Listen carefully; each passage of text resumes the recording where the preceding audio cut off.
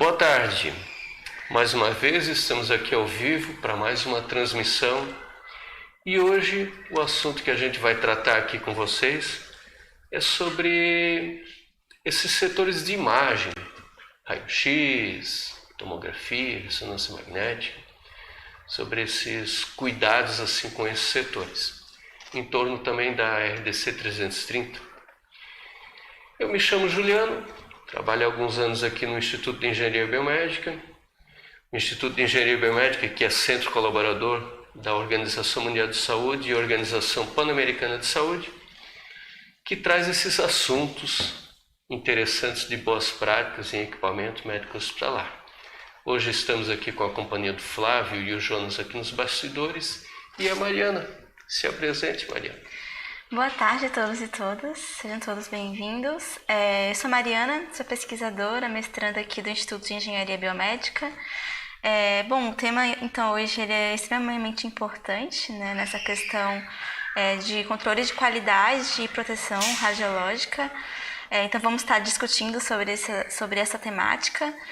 Fiquem à vontade para estar colocando dúvidas, perguntas, a gente está aqui acompanhando também. E acho que seria isso, a gente está aqui realmente para trocar conhecimentos, para estar fornecendo informações sobre essa temática. E acho que seria isso por enquanto. Isso. A gente até teria participação hoje de um convidado, a gente divulgou que teria um convidado, mas houve um imprevisto e ele não pôde participar.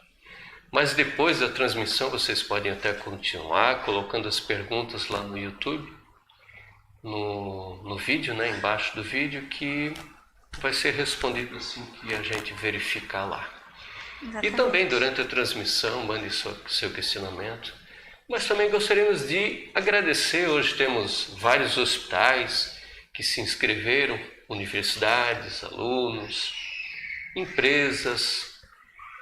Então, muito obrigado, participem e fiquem à vontade. Com certeza. Vamos falar um pouquinho então sobre essa temática, que ela é muito importante. Então, quando a gente trabalha com equipamentos de imagens médicas, existem alguns tipos de equipamentos. Então, a gente tem equipamentos de raio-x tradicional, temos tomografia computadorizada, temos ressonância magnética, temos equipamentos de ultrassom, e cada um deles existem princípios de funcionamento distintos, e eles estão presentes também em diversos tipos de estabelecimentos assistenciais à saúde, tanto em hospitais, quanto também temos eles em clínicas especializadas para realizar esses exames. Temos também, por exemplo, em consultórios odontológicos, alguns raios-x odontológicos, então temos eles também na atenção primária.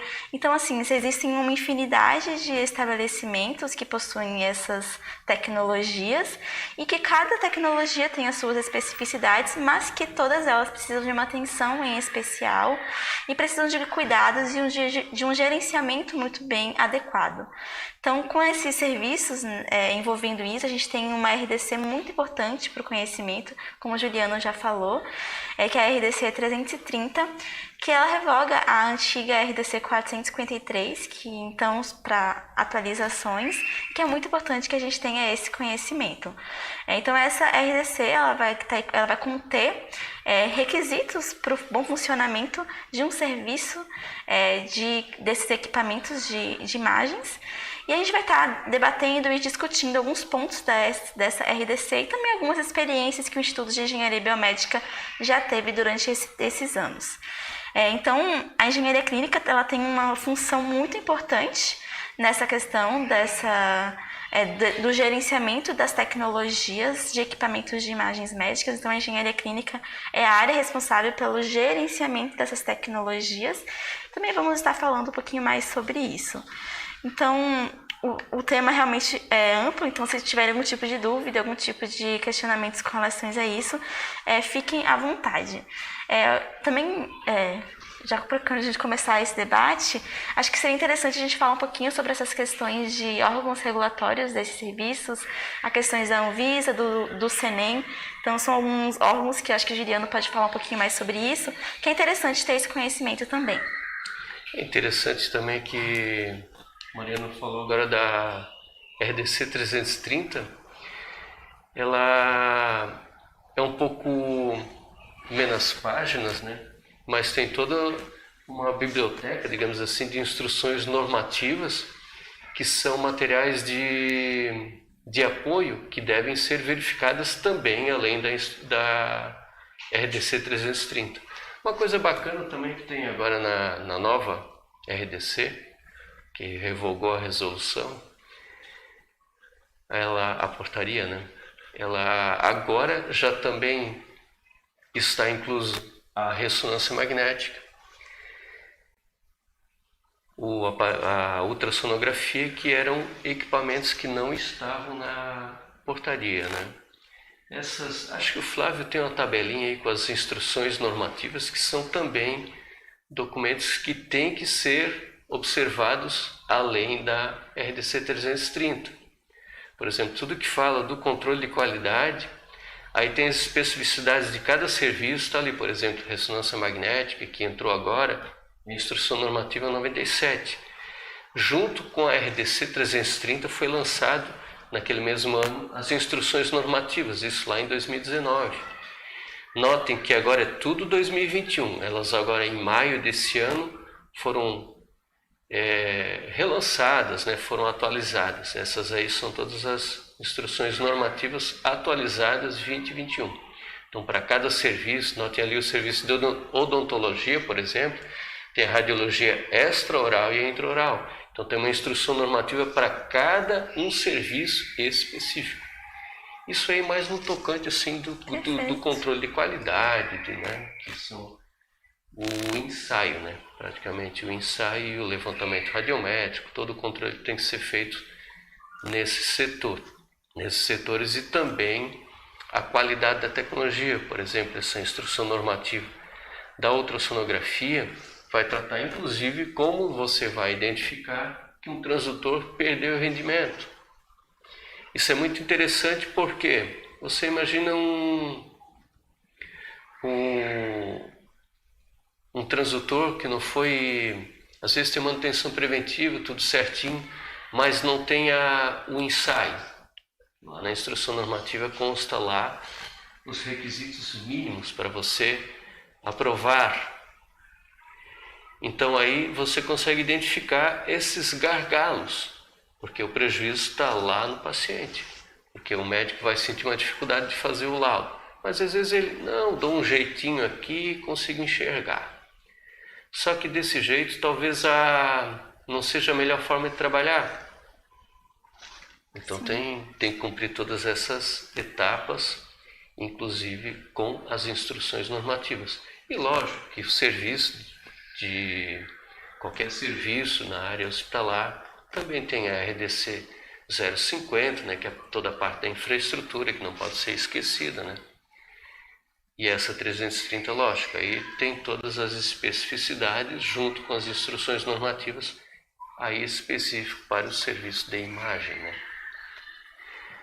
Já dos órgãos competentes, aí nós temos a Anvisa, como a Mariana falou, e o CNEM. E há uma divisão mais ou menos clara, porque de energia nuclear o CNEM tem muita competência. Inclusive essa parte do controle radiométrico, a própria Anvisa faz a referência ao CNEM. Até tem uma norma do CNEM, acho que é 3.01, que é a norma do CNEM, que são as diretrizes lá para controle radiométrico, os cuidados, os limites, está tudo lá, é competência do CNEM. A Anvisa, ela cita na norma, mas ela referencia sempre o CNEM. Então, digamos assim, há uma certa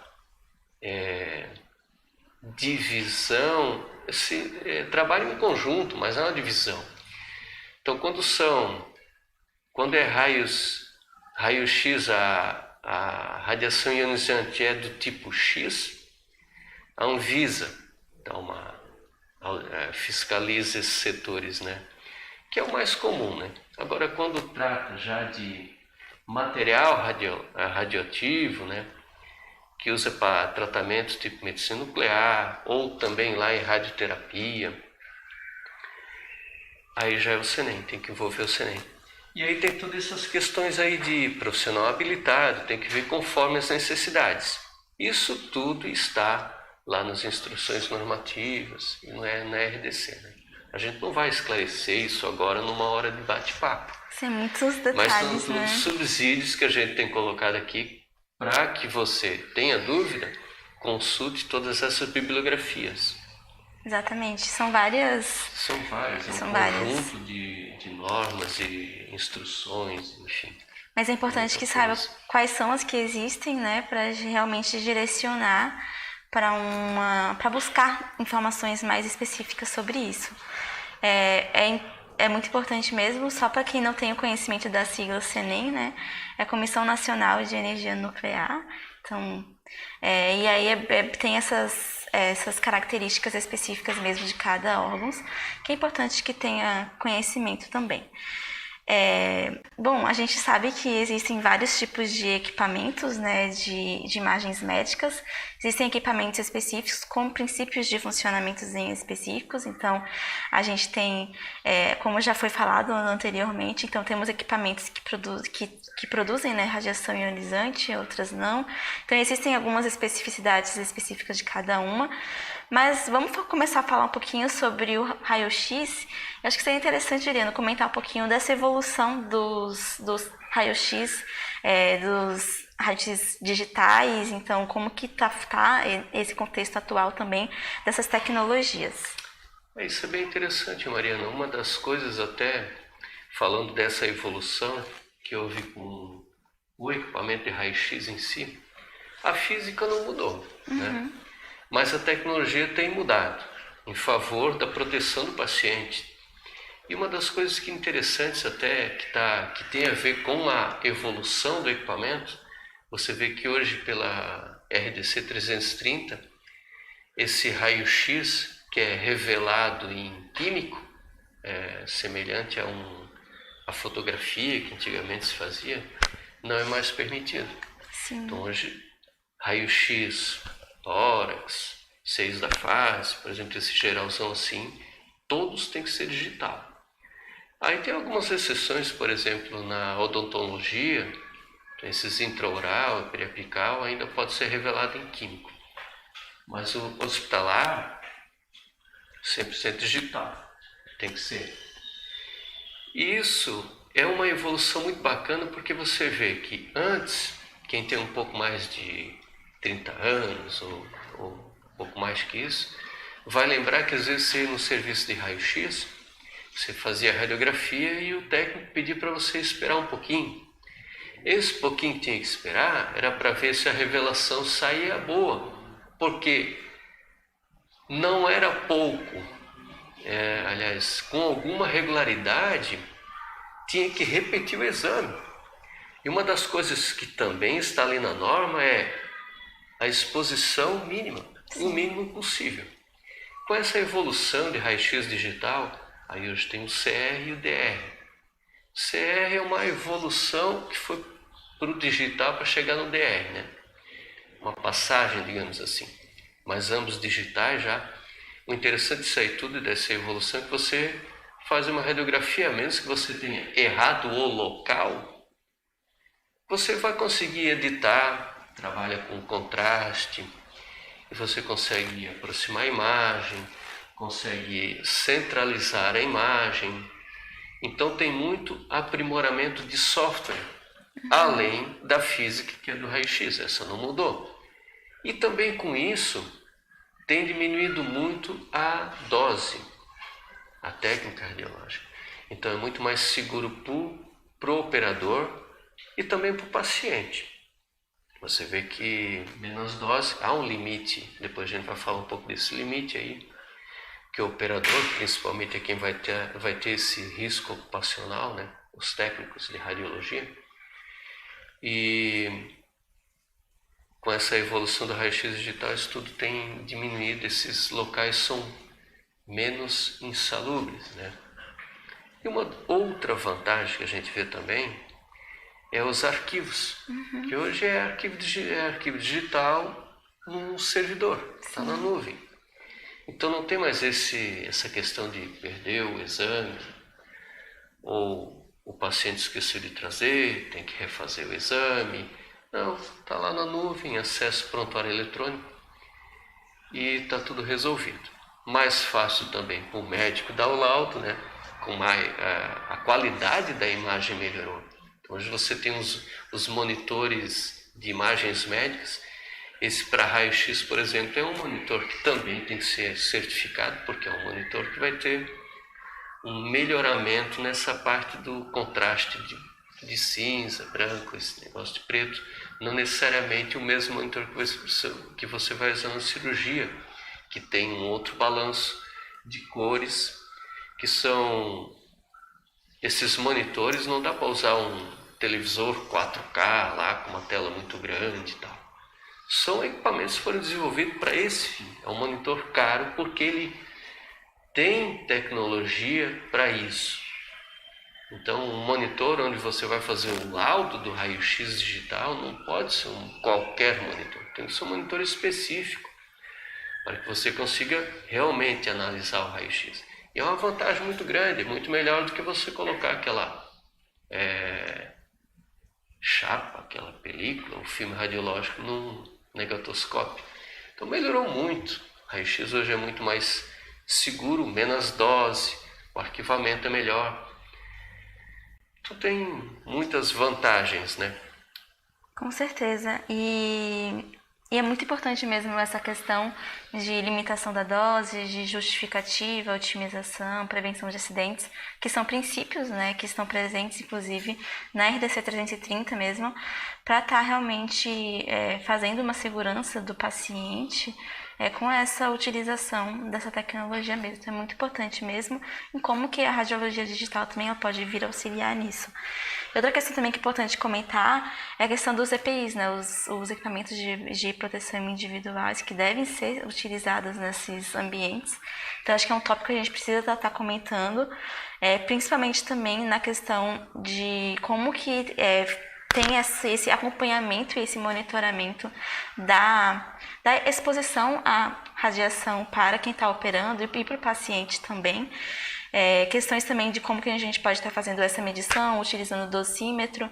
Então, acho que seria interessante comentar um pouco, Juliana, sobre isso, porque são questões de prevenção, de uma exposição excessiva, que a gente precisa ter atenção e precisa ter a utilização desses equipamentos de proteção individuais para a gente estar realmente fornecendo muito mais segurança, não somente para o paciente, mas também para os operadores que vão estar ali constantemente utilizando e estando em contato com aqueles ambientes. Então, acho que seria interessante a gente comentar um pouquinho mais sobre isso. Isso, também conhecido como vestimento plumbífero, né? Esses EPIs, eles não são apenas para os operadores, né? O acompanhante, até o próprio paciente, ele deve usar o EPI. E você, quando for fazer um raio-x, você deve exigir isso. Por exemplo, se é um raio-x do braço, você põe um avental plumbífero e expor só o braço. Protetor de tireoide, óculos, até luva existe como EPI. Então não só para operadores, também para pacientes, né? E aí tem todo esse cuidado com gestantes, né? Que também fala na norma técnica, né? Na RDC. E são cuidados que não podem ser dispensados em momento algum, porque você não sabe quanto que se daqui a um mês você não vai precisar fazer. Então é o princípio da norma, quanto menos melhor, né? E sempre com justificativa, né, da exposição. Então aí você vai ver que alguns costumes que às vezes tem, vou disparar aqui rapidinho com a porta entreaberta. Não, tem que fechar a porta. Outras coisas também, agora já diminuiu esse hábito, mas às vezes tinha profissionais que trabalhavam, porque também tem aquela questão de horas semanais, são 24 horas semanais, se não me engano, está lá na legislação. E aí, às vezes, a pessoa se vê na oportunidade de ter 2 empregos com a mesma função. Pô, e você vai ter um acúmulo de dose excessivo. Aí eu tenho um dosímetro aqui e um dosímetro lá na outra clínica. Tem que somar. Isso é um risco ocupacional que você vai sentir o prejuízo daqui a alguns anos. Então, essas coisas não são mais admitidas.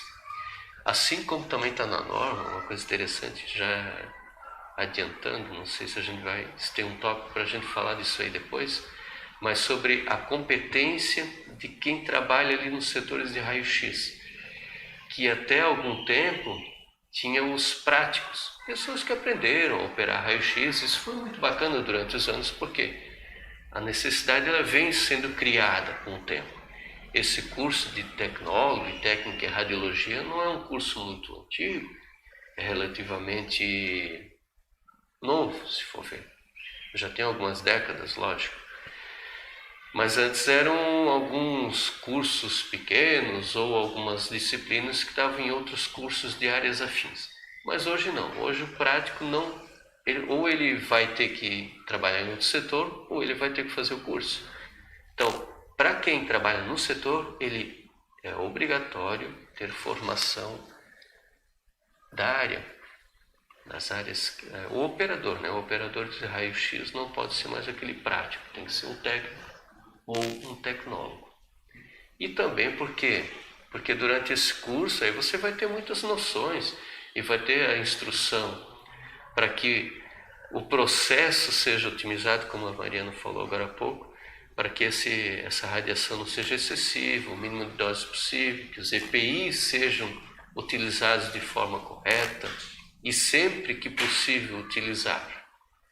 Imagina o raio-x lá no leito no hospital. É comum todos os dias de manhã, ou sei lá, tem os protocolos lá para fazer o raio-x no leito, seja em os pacientes que não podem ser levados até o setor de imagem, né? Lá não tem aqueles anteparo plumbífero, não tem as paredes baritadas, enfim, o raio-x móvel. Tudo bem que tem um colimador que é muito bem concentrado, mas aí lá nos cursos também o técnico, diferente do prático, o prático também vai ter essas instruções, mas não com tanta clareza, talvez, de proteger o pessoal do setor, que trabalha no setor de TI. Por exemplo, quando vai disparar lá um raio-x do leito, tem que considerar que as pessoas têm que avisar, vai ter raio-x, as pessoas se afastarem para não tomar essa dose. Tem a radiação secundária, né, que tem que considerar. E também fazer rodízio entre os técnicos, não é? Só o Juliano vai fazer raio-x no leito. Não, tem que ser rodízio, senão o Juliano vai acumular uma dose muito maior do que a Mariana, que fica só lá no setor, onde tem as paredes baritadas, vidro plumbífero, tudo certinho. Eu comparo o EPI igual um guarda-chuva. Uhum.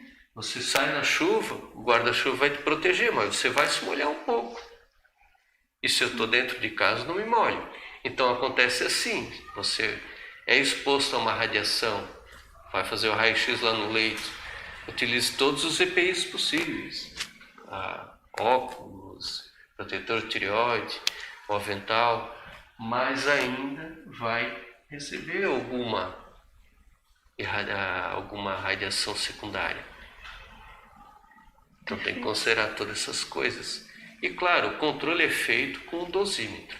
Esse dosímetro você não deve abrir mão, utilizar ele de forma correta.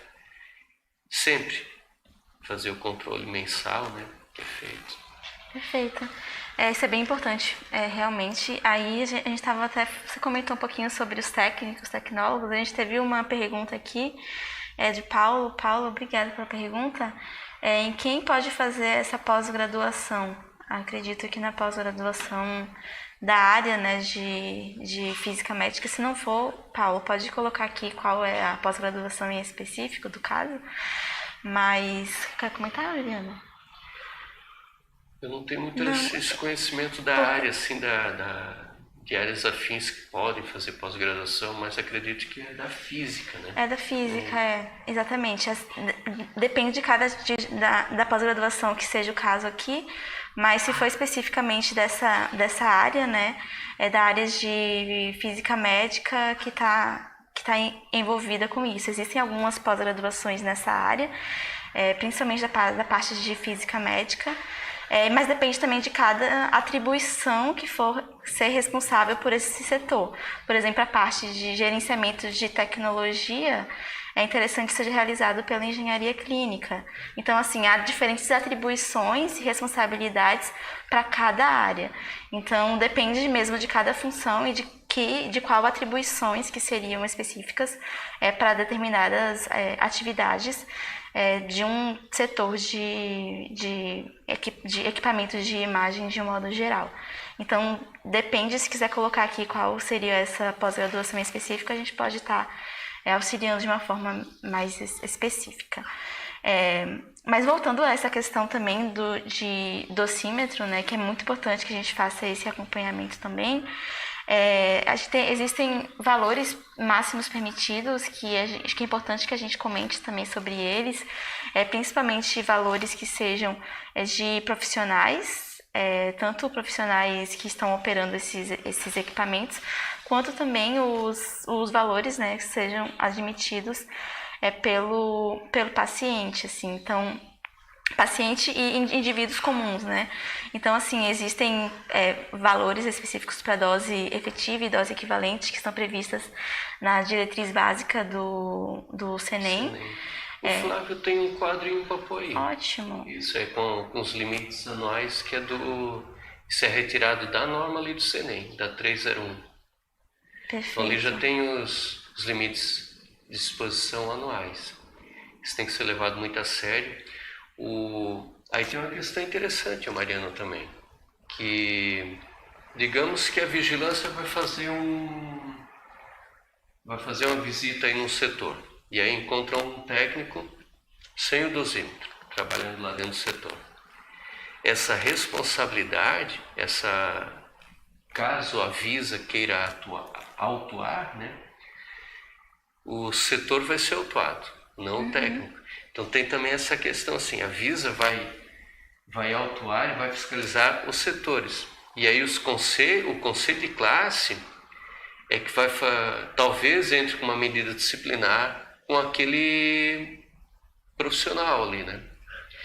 Mas a questão, assim, que a gente quer hoje colocar aqui para vocês, o prejuízo é para si próprio. Então nunca abra mão de uso do dosímetro, uso de EPI.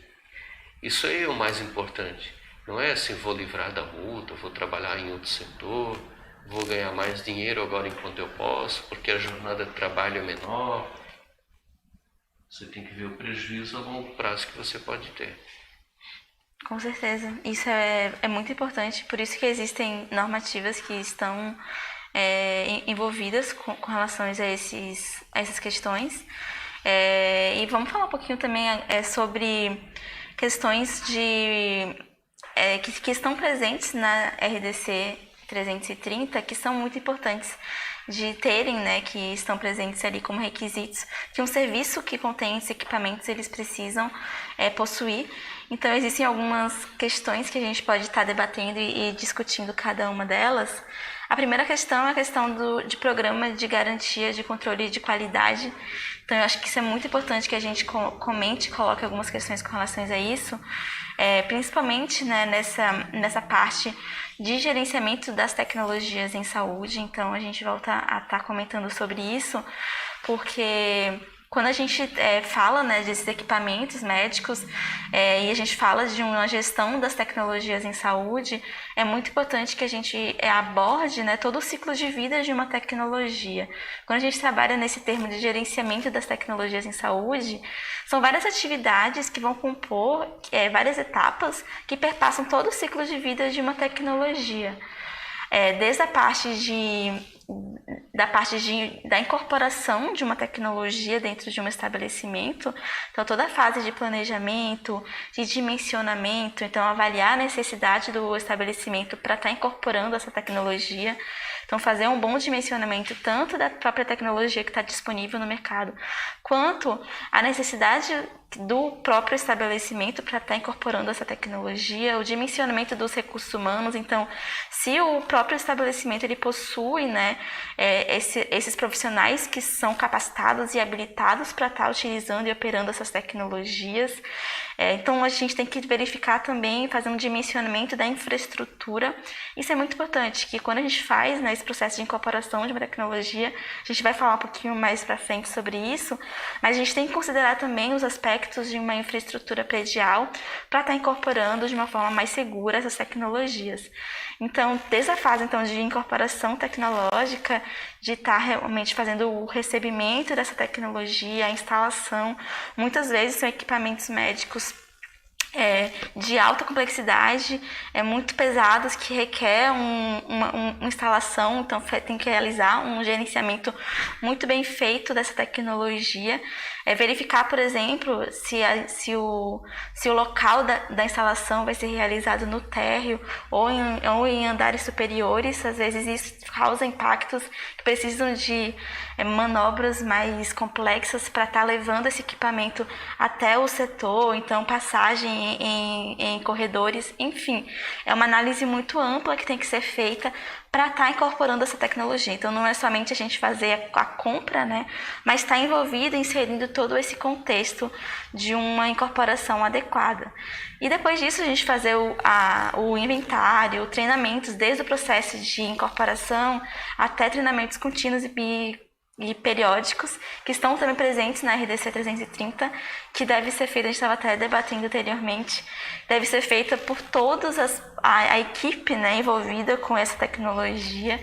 Então, assim, é um processo de gerenciamento assim, bem complexo, até chegar ao seu descarte final, a sua avaliação de obsolescência. Então, em cada uma dessas atividades da gestão, requer especificidades e características que devem ser levadas em consideração.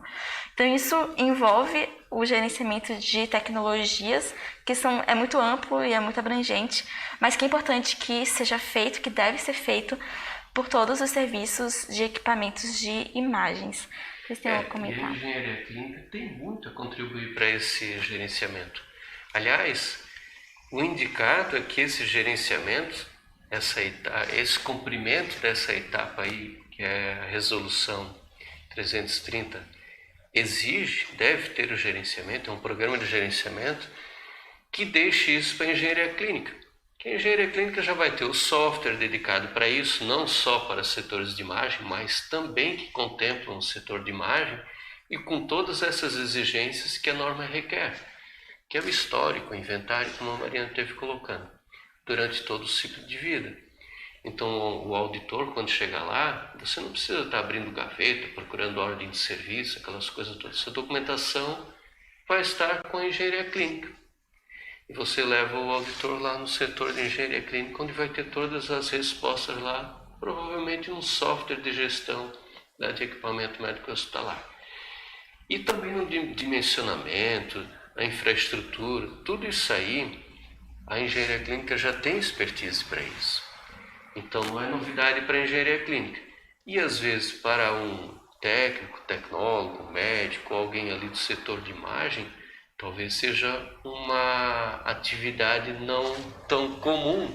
Sim. E é dessa maneira que às vezes se comete alguns erros, enfim. Uhum. Então, deixa a engenharia clínica participar desse processo. Então, essa interdisciplinaridade, mais uma vez a gente coloca, em outros webinars a gente tem colocado as vantagens do trabalho em equipe. Cada setor tem um pouco a contribuir. Com certeza, com certeza. Cada área, né, tem as suas atividades, responsabilidades que podem contribuir muito com o desenvolvimento cada vez maior da área. Então, tem várias atividades que estão envolvidas no gerenciamento das tecnologias. É importante também, quando a gente fala desse tema, falar da RDC 509, que é a antiga RDC 02, que envolve os requisitos mínimos para o gerenciamento das tecnologias em saúde. Então, é uma resolução também muito importante quando a gente trabalha especificamente sobre o gerenciamento das tecnologias em saúde.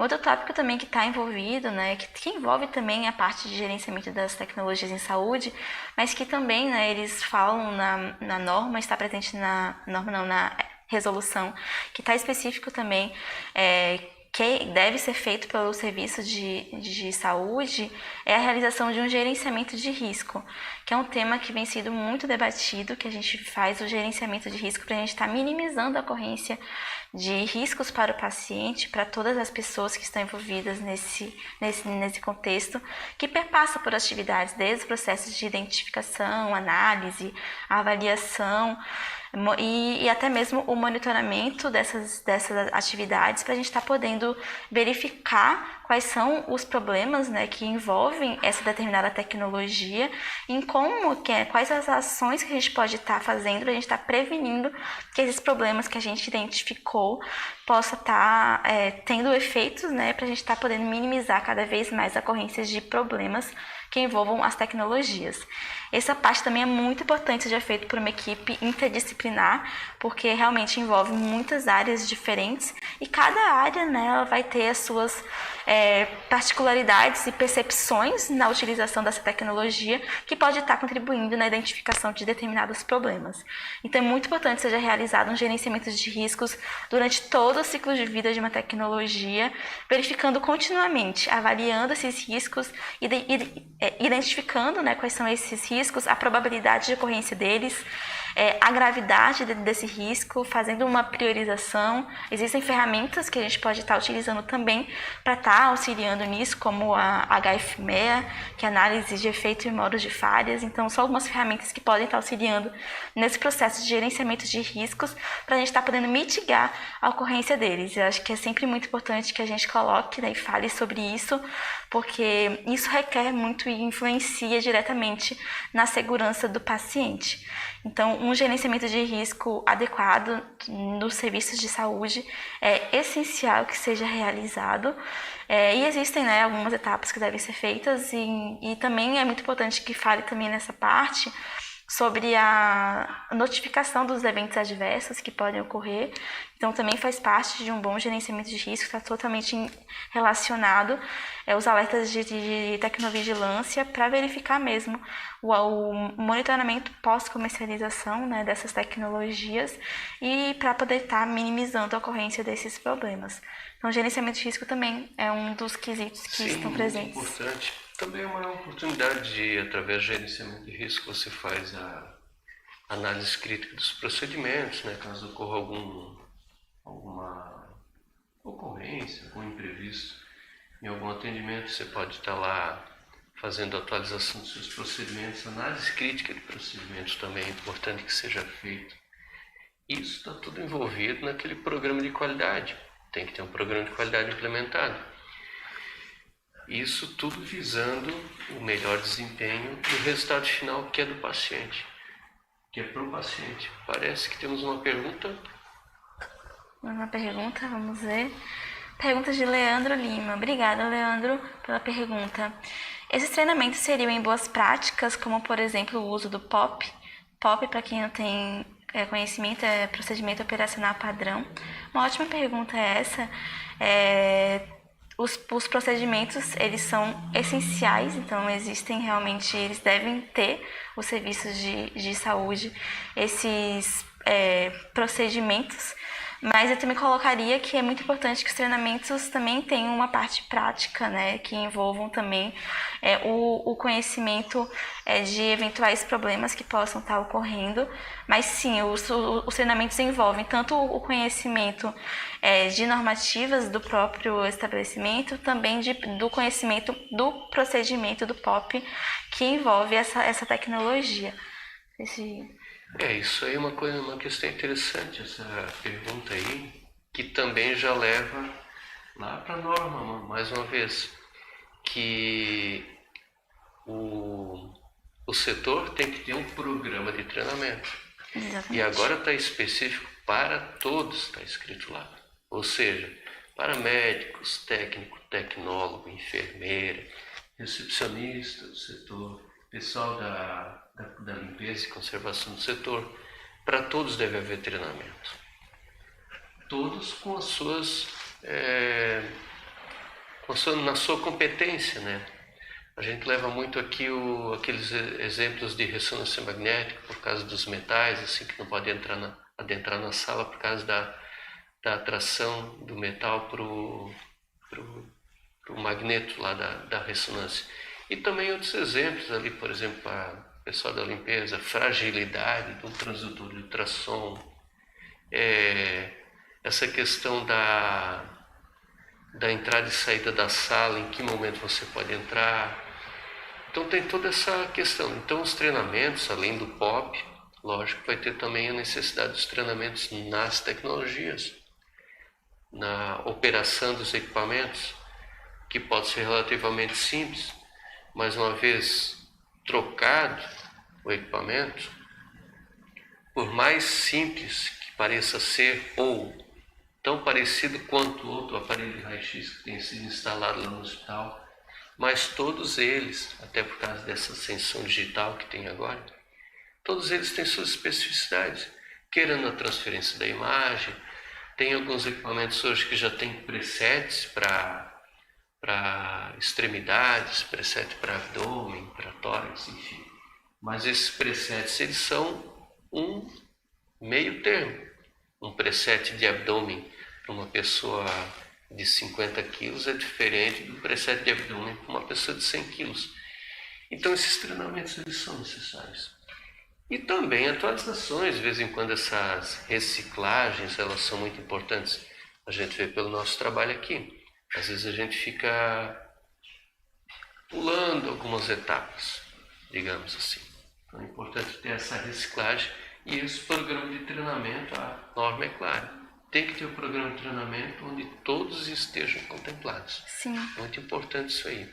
É bem importante, inclusive a RDC 330, ela também especifica, né, os requisitos mínimos para o treinamento, então tem que conter normas, os protocolos, procedimentos específicos, tem que abranger também o conhecimento no programa de controle de qualidade, no programa de proteção radiológica, quando couber também, em outras normativas aplicáveis, está tudo especificado na RDC 330 e também está especificado outras questões mais específicas, mais de registro desses treinamentos, então como quem foi o operador, o conteúdo programático, tá tudo isso discriminado certinho, que é muito importante também que esses treinamentos eles sejam documentados, para também estar verificando a eficácia desses treinamentos posteriormente. Então, fazer uma análise crítica desses treinamentos para verificar se houve efetividade dessas atividades que foram executadas.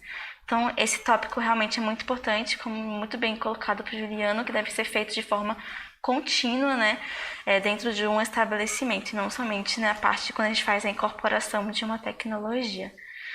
Uma outra questão também que está especificado nessa RDC 330 é a questão do programa de proteção radiológica. É um quesito muito importante também que a gente deve levar em consideração, principalmente para a segurança do local, das pessoas que estão envolvidas. Também está diretamente ligado com a infraestrutura também do local, então acho que a gente precisa ter uma atenção em especial com relação a isso também. Se quiser colocar um pouquinho sobre isso, Juliano, sobre a proteção radiológica. Sobre proteção radiológica tem que ter um programa, né? E aí tem o supervisor da unidade, do local, ele é responsável pela implementação desse programa. Não necessariamente ele não vai ser o responsável por fazer o levantamento radiométrico, essas coisas, mas ele tem que ter um programa para isso. Aí você vai contratar laboratórios para fazer o levantamento radiométrico das áreas comuns, fora da sala, dentro da sala, da eficiência dos anteparos plumbíferos, do vidro, das paredes. Então você vai ter que fazer aquilo ali no credenciamento e também vai ter que fazer depois a cada 4 anos, ou quando couber uma reforma, né? É muito comum às vezes achar que uma sala uma vez baritada, ela está baritada para sempre. Até tá, mas acontece o seguinte, você vai fazer um projeto. Esse projeto é feito em função de um equipamento. Então essa sala ela foi dimensionada para proteção radiológica com um determinado tipo de equipamento. Foi projetado, né, dimensionado para isso. Se você troca, tipo de um raio-x, bota uma tomografia, eu não sei como é que fica, mas no mínimo tem que ser estudado e tem que ser refeito para a nova realidade, esse levantamento radiométrico. E se nada for alterado, a cada 4 anos você tem que fazer. E o controle dos equipamentos aí é anual. Isso aí a gente está falando de centralização do colimador, da eficiência do colimador e uma série. Aí tem as instruções normativas, aquela que a gente colocou ali no início da transmissão, onde estão as especificidades de cada tipo de setor, de cada equipamento, seja ultrassom, raio-x para odontologia, raio-x móvel, ressonância magnética. Então, todas as especificidades desse controle de qualidade por equipamento. Da proteção radiológica também tem essa questão do controle de dose, né, que esse responsável, supervisor de unidade, ele vai cuidar dessa parte aí. Existe também um cadastro, acredito que cada estado tem um cadastro onde vai ser alimentado com essas doses de cada profissional da área, justamente para que não haja esse problema ocupacional a longo prazo, né? Porque daí você também consegue fazer a rastreabilidade, não está independente. Um tem um controle aqui, outra clínica tem ali, e não une esses dados.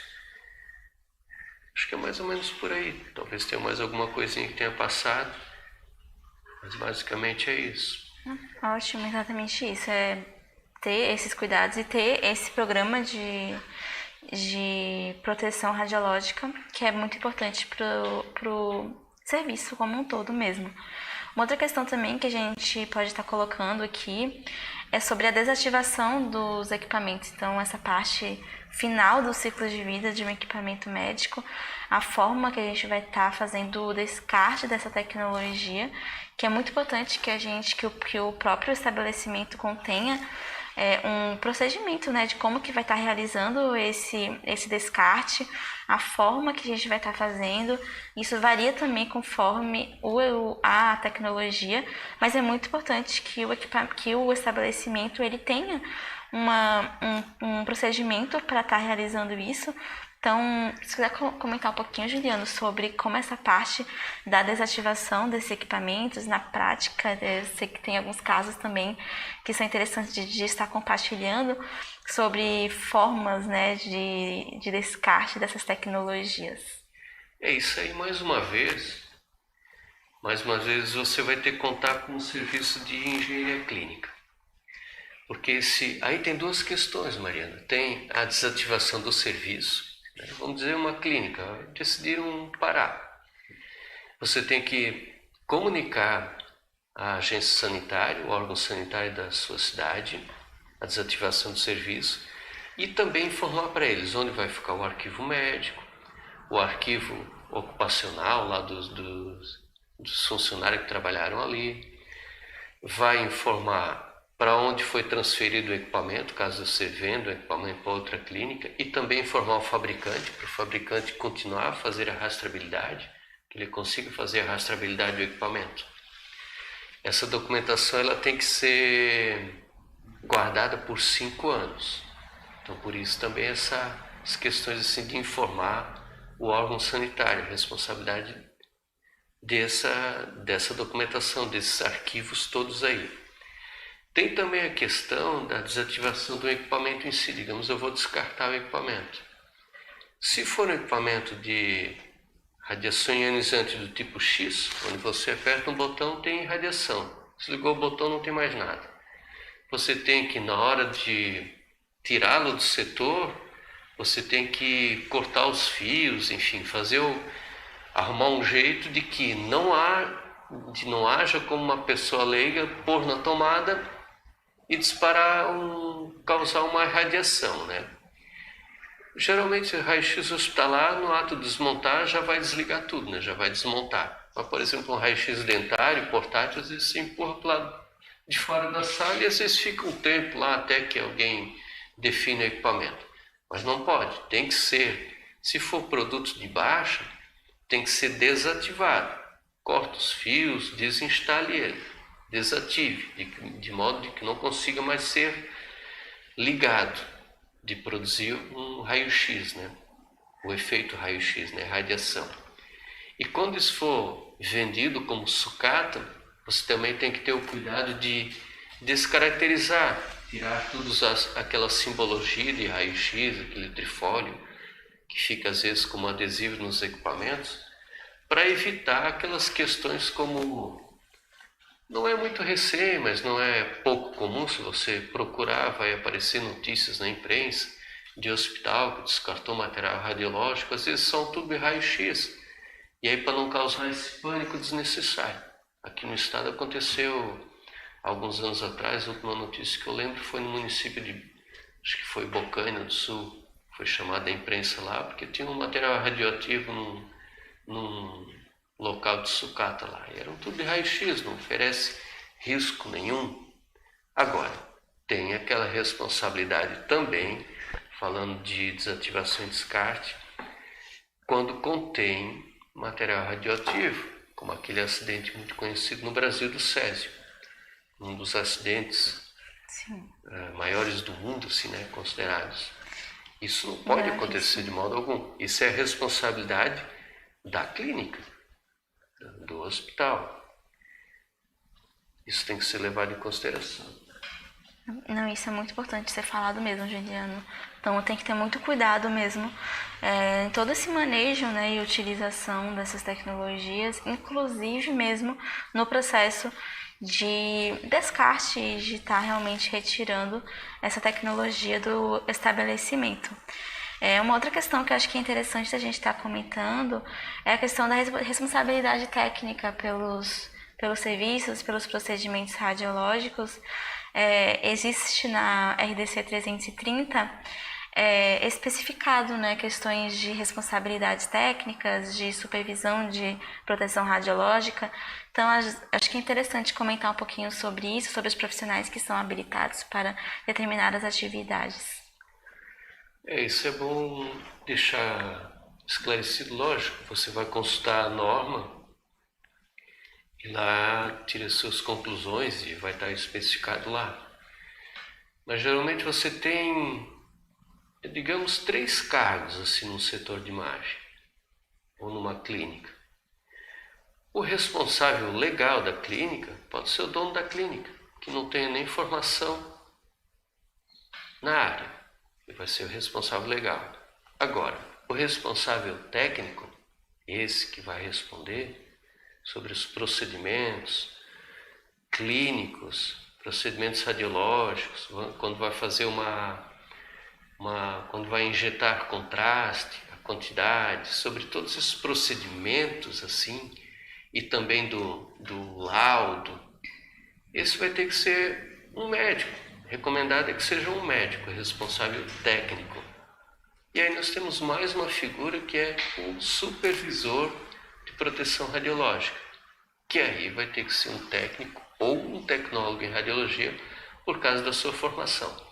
Então notem que às vezes um tecnólogo pode achar, não, posso ser o responsável técnico pelo setor. A resposta está lá na norma.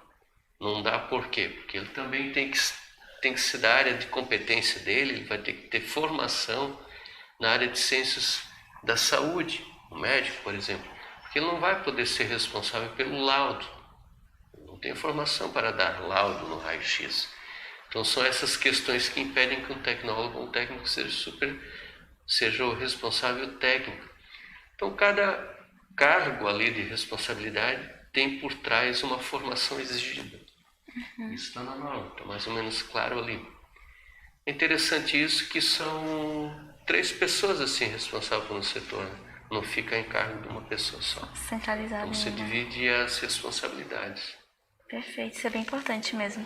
A gente está caminhando para o final do nosso webinar, já estamos finalizando, mas só assim realmente reforçando e reiterando a importância de estar considerando não somente a tecnologia em si, o próprio equipamento da tecnologia, mas considerar todo um contexto de uso dessas tecnologias. Então, verificar, atentar muito bem a questão da infraestrutura que essa tecnologia ela está inserida. Então, é muito importante que tenha uma infraestrutura adequada para estar incorporando determinadas tecnologias, ter uma vivência, uma abrangência interdisciplinar de vários tipos de profissionais. É muito importante que tenha recursos humanos muito bem habilitados e capacitados para estar também utilizando e gerenciando essas tecnologias.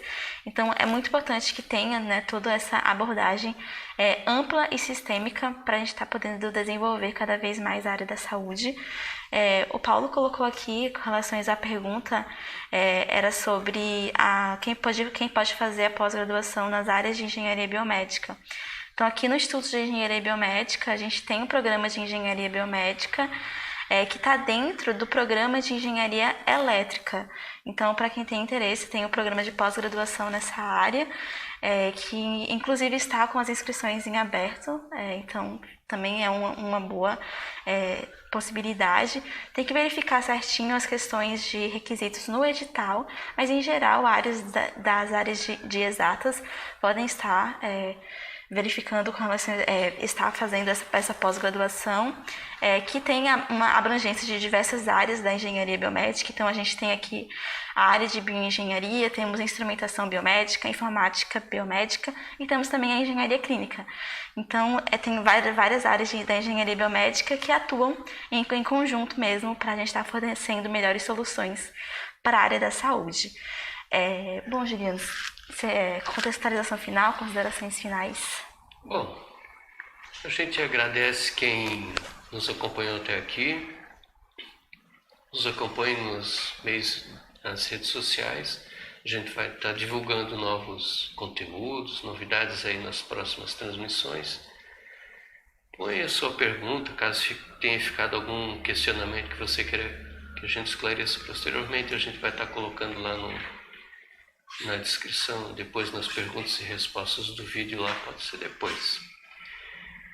E é isso. Muito obrigado e até a próxima. Exatamente. Muito obrigada mesmo a participação de todos e todas. A gente tem na descrição do vídeo, nós temos um formulário de feedback que será muito importante o preenchimento de todos para a gente estar podendo melhorar continuamente esses nossos processos de webinars. Então, a gente faz webinar quinzenalmente com variados temas, inclusive são temas que são também sugeridos por vocês, então é muito importante que tenham essas questões e vocês abordem e tragam essas temáticas de interesse para a gente estar podendo verificar e estar atendendo também da melhor forma os interesses para a gente estar podendo melhorar continuamente os nossos trabalhos. Temos também o link com algumas referências, então fiquem à vontade para estar verificando, para estar aprendendo mais, e qualquer coisa também pode estar entrando em contato conosco. Estamos com alguns agradecimentos aqui da live. Muito obrigada, Irã, obrigada por a gente que agradece também a participação. Muito obrigada, então, a todos e todas por essa participação, por estarem comentando também. Nós ficamos à disposição, o Instituto de Engenharia Biomédica aqui da UFSC agradece a participação de todos. Ficamos à disposição para eventuais parcerias, projetos, dúvidas, contatos. Estamos à disposição. Muito obrigada.